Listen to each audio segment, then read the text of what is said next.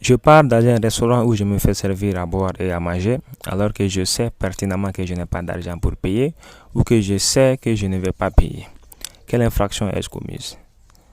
De prime abord, je n'ai rien volé du tout. C'est le restaurateur lui-même qui m'a servi. Du coup, je n'ai effectué aucune soustraction frauduleuse. L'infraction que j'ai commise se qualifie de délit de filouterie. Les délits de filouterie et celui de vol sont des délits très voisins. Alors, qu'est-ce que le délit de filouterie? La filouterie, elle est faite pour une personne qui sait être dans l'impossibilité de payer ou qui se trouve déterminée à ne pas payer, de se faire servir des boissons ou des aliments, ou de se faire attribuer et d'occuper une chambre, ou de se faire servir des carburants, ou de se faire transporter en taxi ou en voiture de place.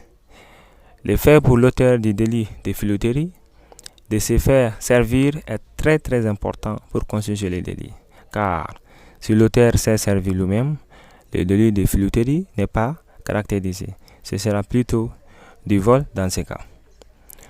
La reconnaissance par la loi de la filouterie a pour vocation de protéger notamment certains professionnels comme les restaurateurs, les hôteliers, les taxis, qui ne se font payer qu'une fois leurs prestations accomplies. Il existe 4 hypothèses de filouterie. La première hypothèse, la filouterie d'aliments ou de boissons.